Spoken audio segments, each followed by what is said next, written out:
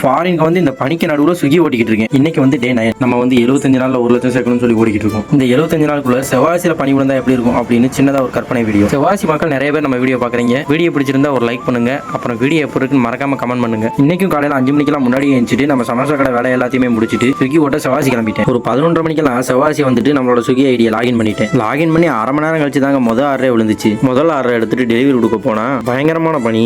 இந்த பனியில நம்ம செவ்வாசி பார்க்க பார்த்தாலே ஃபாரின் மாதிரி தாங்க தோணுச்சு. இப்படியே அந்த பார்க்க கிராஸ் பண்ணி வந்தா இந்த சிலை எங்கேயோ ஐலாண்ட்ல இருக்கிற மாதிரி தாங்க இருந்துச்சு. உண்மையிலேயே பனி இந்த அளவுக்கு இருந்துச்சுன்னா நம்ம ஊர் எந்த அளவுக்கு இருக்குன்னு நீங்களே கமெண்ட் பண்ணுங்க. இவ்வளவு பனிலையும் நான் நைட்டு 11 மணி வரையே ஸ்விக்கி ஓட்டிக்கிட்டு இருந்தேன். இன்னைக்கு டே 9ல நம்ம டோட்டலா எவ்வளவு ஏர்ன் பண்ணிருக்கோம்னு பாத்துருவோமா? இன்னைக்கு ஸ்விக்கில மட்டும் இன்சென்டிவ் போனஸ் இது எல்லாமே சேர்த்து 1104 ரூபா வந்துச்சு. அது மட்டும் இல்லாம இன்னைக்கு 50 ரூபா டிப்ஸ் வந்துச்சு. அப்புறம் காலையில சம்சா கடையில ஒரு 200 ரூபா. இது எல்லாத்தையும் சேர்த்தா 1354 ரூபா. இன்னைக்கு நம்ம சாப்பாடுக்கு 50 ரூபா செலவு பண்ணிட்டோம். அப்புறம் பெட்ரோல் போட்டது ஒரு 250 ரூபா. அப்புறம் டீ குடிச்சது அது எதுன்னு அது ஒரு 20 ரூபா. இது எல்லாத்தையும் மைனஸ் பண்ணோம் அப்படின்னா 1034 ரூபா. இதுதாங்க டே 9ஓட ஏர்னிங்ஸ். இப்போ டே 1ல இருந்து டே 9 வரை நம்ம எவ்வளவு ஏர்ன் பண்ணிருக்கோம்னு பார்த்தா 9466 ரூபா தாங்க நம்ம ஏர்ன் பண்ணிருக்கோம்.